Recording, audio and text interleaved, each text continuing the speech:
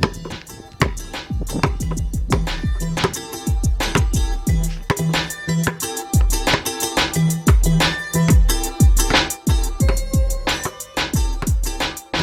Hoop Heads Podcast is brought to you by Head Start Basketball. Hi, this is Alex Sarama from Elite Athletes in Belgium, and you're listening to the Hoop Heads Podcast. Hey Hoop Heads! Wanted to take a minute to shout out our partners and friends at Dr. Dish Basketball. Their Dr. Dish shooting machines are undoubtedly the most advanced and user-friendly machines on the market, and they truly accelerate skill development faster than ever. Learn more at drdishbasketball.com and follow their incredible content at Dr. Dish B-Ball on Twitter, Instagram, Facebook, and YouTube. Mention the Hoop Heads Podcast and save an extra $300 on the Dr. Dish Rebel, All-Star, and CT models. Also, make sure to check out the new Dr. Dish Home Machine, which is perfect for these crazy times when gyms and schools are closed. Visit drdishbasketball.com for details. That's a great deal, Hoop Heads. Get your Dr. Dish shooting machine today. Welcome to the 18th edition of the Coach's Corner Roundtable on the Hoop Heads Podcast. Each episode of the Coach's Corner Roundtable will feature our all-star lineup of guests answering a single basketball question. A new Coach's Corner Roundtable will drop around the 15th of each month. June's Roundtable question is, what is your process for creating a practice plan for your team or an individual workout for a player? Our coaching lineup this month includes Erik Buehler from Chatfield High School, Joe Harris from Lake Chelan High School, Bobby Jordan from Wagner College, Nate Sanderson from Thrive on Challenge, Mark Schult from the University of West Georgia, Don Showalter from USA Basketball, John Shulman, University of Alabama Huntsville, Joe Stasyszyn, Unleashed Potential, and Todd Wolfson from St. Francis High School. Please enjoy this roundtable episode of the Hoop Heads Podcast, and once you're finished listening, please give the show a 5-star rating and review. Make ssure you're subscribed to the Hoop Heads Pod so you never miss an episode. You can find us on Apple Podcasts, Spotify, Google Podcasts, and YouTube. If you haven't already, please tell a coaching colleague or friend about the Hoop Heads Pod so they can listen and learn from some of the best minds in the game. Erik Buehler, Chatfield Senior High School, Littleton, Colorado. Hey, what's going on, Hoop Heads Nation? This is Erik Buehler with Chatfield Senior High School, and this month's roundtable we were asked, what's our process for developing our practice plan? And I don't think ours is anything special, but I'll share kind of what we go through and how I like to drop a practice on a regular basis. We like to go back and we want to kind of deconstruct what we need to work on, what we need to improve, what we need to kind of sharpen and continue to get better at. Things we're trending in the right direction, but we're not quite where we want to be with yet. And we want to implement those into our practice. We get a lot of that from the previous game, watching film, and obviously what our scout is for the upcoming team. We also want to look at if we're not having success at something, what can we do to break down that skill that we're not succeeding at in the game? It might be a defensive one, offensive one, shooting, ball handling, passing, catching, things along those lines. And then we want to implement those into our practice. And it's definitely a learning process, even year to year and month to month and practice to practice of what that looks like, because as we all know, a lot of us know that some of our best drills are kind of just made up on the spot, or they're made up the day before, and they work and we reuse them and we use them and use them and use them, and then sometimes they don't work and we throw them away and we come up with something else the next day. But I think being willing to look at where your failures are with your team and in your practices is a huge piece of advice that I'd like to give. And that goes for the same when we are looking at building up individuals in our program. We want to kind of look and see where they can have success with their abilities and what they can improve on and what their goals are, and we kind of go from there. I hope this helps, and everybody out there stay safe, and talk to you soon. Bye. Joe Harris, Lake Chelan High School, Lake Chelan, Washington. Hello, Hoopheads. This is Joe Harris from Lake Chelan High School with this month's roundtable question. What is your process for creating a practice plan for your team? I believe there are two questions to ask yourself as a coach when planning practice or workouts. One, when do you write that plan? Preparing, I believe, begins the day your practice ends. I feel planning should take place while things are really fresh in your mind, maybe later that evening, earlier in the day, even after the practice. You need to include the other coaches in your program as you can look back at what worked and what challenges you faced. These are very helpful tools, really, when preparing your team for the next day. The other question, why do you write your plan? You need to be intentional with your plan as having an idea of where you want to go. And I always believe that you begin your day with some sort of fundamental breakdown and take it from there in your practice planning. Making quality time to sit down and think through what your purpose and plan will be to help your team improve, I feel is best when things are done with a freshness in your mind and that of your assistants. Thanks, and I'm hoping this helps some of you who are listening to the Hoopheads podcast. Bobby Jordan, Wagner College, Staten Island, New York. When creating a practice plan, the first thing I think you need to do is review. You need to review what you did the previous day. If it's before the season and you're looking at some preseason practice plans to develop, look at plans from last year, things that you might have written down that you can do better. But I think you always need to review and improve on the next day. There might be something that you didn't feel your team did well the day before, and you want to add it again. And that leads me into my second thing that I think you need to do is you need to add. I think you need to constantly be adding things to your practice plan that are applicable to your team at that point of the season. If it's an early season practice plan, it might be more player development focused. If it's an in-season practice plan, it might be more game planning on what you need to do for the upcoming opponent. And the third thing that I like to think about when creating a practice plan is adapting. Throughout the season, you're going to play teams that play different styles, and you're going to need to adapt on the fly with your practice planning.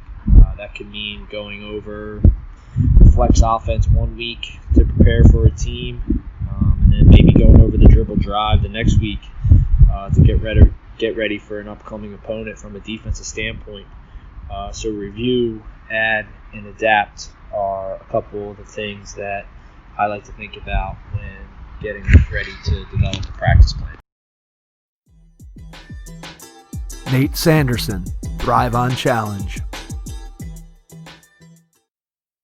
Hey Mike, this is Nate Sanderson from Thrive on Challenge, and I'm going to answer this question here about practice planning from a pregame perspective. So how do we go about preparing for an opponent and building our practice plan the day before?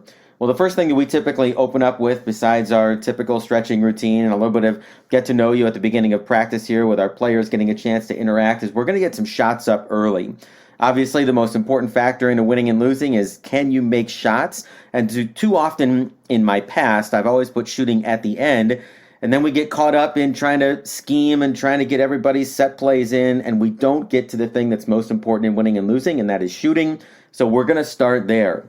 Then the second question I ask when I'm starting to build the practice plan is, how are we going to lose the game? In other words, if I look at our opponent and I say, well, if we can't break the press, nothing else is going to matter. Or if we don't know how to handle this 1-3-1 trap, or if we can't guard this particular opponent, or if we can't identify this shooter, we make a list and put it at the top of the practice plan of the ways that we lose, and we prioritize those as to what is most important for us to be able to do to be competitive in the game. And that's the next thing that we would start to build into our practice. We would do that by creating some small-sided games to practice some of those actions or some of those situations. Then the next question, the third thing that we ask ourselves is, how is our opponent vulnerable?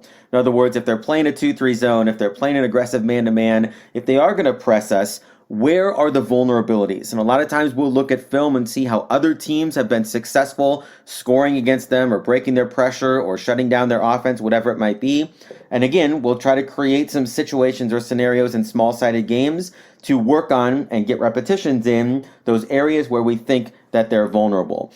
Now, the fourth thing that we'll consider here is what's the style of play or the pace of play? What is the other team going to try to do to the game? We're not a team that typically is going to dictate a lot of tempo and style, but we want to be a little bit more flexible to be able to adapt to whatever our opponents are going to do because we see so many different styles of play. And so for that, we might get up and down in 3-possession games or 5-possession games, just trying to simulate in a 5-on-5, is it going to be fast? Is it going to be slow? Are they going to be deliberate? Are they going to extend? Just to get a feel for what the game is going to be like. And finally, we try to wrap up the end of our practice with some live 5-on-5, up and down, 2-minute, 3-minute, 4-minute games where our scout team is trying to replicate as much of those things that we've talked about in film, in the scouting report, and worked on in our small-sided games to put it all together. Again, trying to build that flight simulator, that experience of what we expect it to be like, and be able to work through some of those situations in a live setting at the end. Mark Schult, University of West Georgia. Hey guys, Mark Schult here with the University of West Georgia. Thanks again for having me on the show. Process to create a practice plan for team or individual workout for a player. I think the most important part with all the skill work and player development stuff you do is that it fits within your offense. You know, you want to work on moves from spots on the court where that player or players are going to get the ball. You know, the whole idea of the skill development is it needs to be in tune with your offense, so you're taking game-like shots and most importantly at game speed. So whether it's a practice plan for the whole team, you know, or an individual, if your team runs a lot of ball screens on the wing, then that's what you have to try to emulate, you know, and there's a million ways to do it if you want to do it with cones or with a manager or with a garbage can as the screener. All that's good, but the most important thing is that the shots are as close to game-like as possible, both in terms of the positioning on the court and especially in terms of the speed. Thanks, guys. Don Showalter, USA Basketball. Hi, Don Showalter here from USA Basketball. And the process for creating a practice plan starts long before that day's practice. Really, over the summer, I go through the practice plans that I had for last year and look at the notes I took after each practice. That really helps in getting a new practice year going. And then I think the practice plans themselves, I look at those and see what went well, what did not. But I think it's really important that you as a coach evaluate your practices and see how you can make them much more streamlined, make them better for the players. Remember, I always say that players don't have bad practices, coaches do. So if you have a bad practice, I think you look at that practice plan, see what you brought to practice. If you brought enthusiasm and energy and passion, your players will feed off that as well. The other thing then on a practice plan itself, I usually go in thirds. 1/3 is skill development, 1/3 is working on whole offense, 1/3 is working on whole defense. And obviously the whole offense and whole defense part can be 3-on-3, 4-on-4, 5-on-5 work as well. Hope this helps and good luck. Thank you. John Shulman, University of Alabama, Huntsville, and the 720 Sports Group. This is John Shulman at UAH, and question is, what's the process for creating a practice plan for your team? Pretty good question, very in-depth question. I would say there's a few parts to this deal. The first thing that I try to do is probably, beginning of the season, way before the beginning of the season, have an idea on what you want to accomplish the first week, the first 2 weeks, the first 3 weeks, the time, whatever that time may be before you play your first game. What do you want to get accomplished? I would do the whole thing first, and then I'd start breaking it down into weeks, and then you start breaking it down to days. The problem is you may think that you can get through a few things on day one and day two, and you may not be able to do that. So you got to be organized, very organized, and then you're going to have to be very flexible. I think organization is the key, but I think being flexible may be even more important than being organized. So I think you'll have to be flexible with that. I will say this also, the slower you teach, the faster they grasp and the faster they learn. So don't be in a hurry. Be slow, be methodical, be thorough, and your kids will pick things up pretty good. I have a notebook that I have offensive thoughts on one side and defensive thoughts on the other side that I carry with me all the time. And these are the stuff that I want to put in. So when you're watching a game, you're watching film, do whatever, start having a notebook, put the things that you want to put in, and then go daily, and then be ready to, what do you want to put in? Do you want to put it in that day? How do you want to start practice? How do you want to end practice? What do you want to get accomplished in practice? And so that's the whole deal, is what do you want to get accomplished? How much time do you think preparing a practice plan takes many, many years to perfect.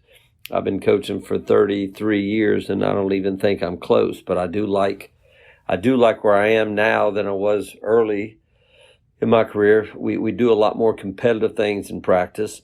I think kids enjoy it more. I think you got to have practice that kids want to come to instead of dreading the whole day. But I do think you're going to have to, you got to have a process, whether it be the night before. When I'm watching film on a practice or a game, I'm writing notes down, and I'm putting those notes in a general term on my sheet, in my notebook. So do I need to work on boxing outs more? Are we struggling boxing out? Are we struggling passing the ball? Are we struggling shooting the ball? Are we struggling offensively or defensively? Then try to fix it, and that's what you do in practice. So what do you want to get accomplished? I should tell you, it should take about 10 to 20 minutes for me to figure out, if I was coming to watch you practice, what you stand for and what you believe in. There's a lot of things that go to this. How do you start a practice? Do you start by stretching, or are you just walking out there and getting ready to roll? I think those things are vital.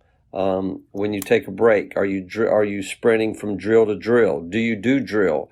Are you a great drill team, or are you a great playing team? I think you can drill too much, and I think you have to do some drills to understand some basic fundamentals of the deal. How much are you shooting? I used to not shoot any. Now we shoot an awful lot in practice. So how much are you shooting? What I try to do is I have a notebook besides the other one. I just write down and jot down things that I want to work on. And then I put a time beside of it.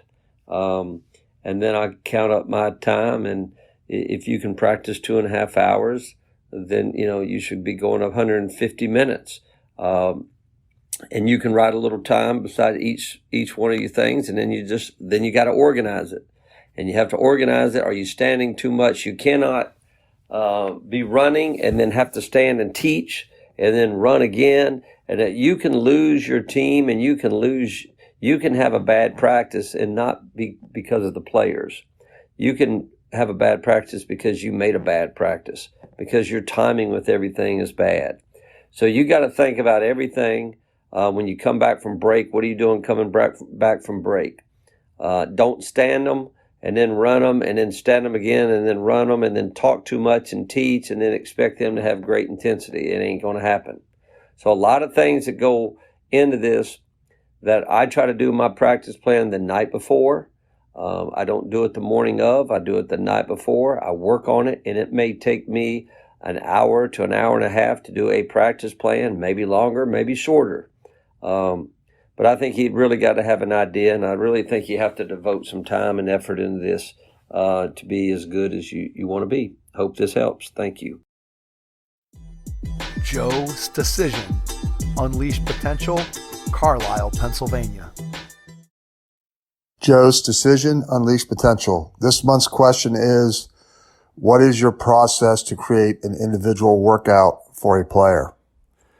First of all, the first thing I think you need to do is, develop a little bit of rapport with the player or trust. I think it's very, very important just for the player to get buy-in. They need to know your background. You need to, develop just a little bit of communication with them. Talk to them about their strengths, talk to them about their weaknesses, talk to them about things that they would like to improve on. Maybe even sit down with them and look at if you have some game film or footage of when they played last or during the last season, maybe take a look at that and just go over that with them. But I think, first of all, I think to get buy-in, they really have to trust you. And there has to be a reason why you do things. So I think once you sit down with them and you come up with a plan, you have to talk to them about why you're going to do some of the things that you're going to do. It can't just be about taking the player out there and just putting them through a bunch of just different drills with no rhyme or reason, or just work them, hard to the point of exhaustion. I mean, you could run them around the gym for an hour and do that and not really accomplish anything. So there has to be a real detailed plan. When I was a coach of a team, I always had a very detailed plan, and the same goes for an individual player. When you're training an individual player or working out an individual player, that there has to be a detailed plan. And I also think that I really believe that there has to be certain things involved in every workout. The obvious skills and the non-obvious skills. I come from a background of training players to be basketball players and not just training for position. So obviously, if they are maybe a post player, they still would work on all the different skills that you do with all basketball players, but you might be able to branch off then and do some specialized post drills or things like that sometime in the workout. But the main thing in the workout is, there has to be the obvious, like I said, obvious and non-obvious. So, a lot of times in training, people forget about the post entry, or they forget about, working on cutting, which is a skill, making violent cuts. So there has to be a wide variety of skills. And one thing that you could do is find something that they're good at and try to make them great at it. So if they're a good shooter, try to make them a great shooter. And, obviously still work on the other skills, but just maybe, concentrate on one area that they want to be great in. And I think that's a good route to go also. And then, you always need to have some kind of contact in there. You have to make it game-like. And when I say that, maybe having contact when they're going to the basket, maybe having contact when they're making a cut, all those things. Also, I'm very big on combination drills to make it more game-like. Also, combining like some offensive movements as well as defensive movements into a shot combination type of drills, I think are very, very important, because in the game, they go very quickly from offense to defense. So I think the more that you can do of that, the better also. But at the end of the day, they also need to have some type of competition. Now, when you're working out an individual player, that competition can be so many makes, counting the makes. It could be based on time. You have to create a sense of urgency in your workouts when you're training an individual player. Or, for a team also, as a coach of a team, you would also have to do that. So I think there has to be competition of some type in there, whether they're going against themselves if you're working with an individual player. Because I think that really, what I call, raises the level of concern. There are drills that we do that sometimes you have to make a certain amount of shots at a spot, and if you don't, you go back to start. So I think that creates pressure situations that you also need to have in your workouts with a player, to simulate game conditions. And a couple of things when we train players, we always tell them they can't be bored and they can't be tired. And what that means is, it goes back to the why. Okay, you have to make sure that what you're doing is going to directly transfer to the game. Okay, and that would include, as the skills develop, that would include some decision making. So also in your workout process for a player, you need to, after they develop a certain level of skill, you need to have some decision making in their workouts also, to simulate types of game actions that they do.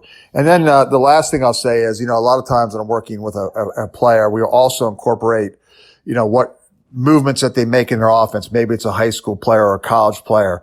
And I talk to them in advance about what kind of actions do they get out of their offense.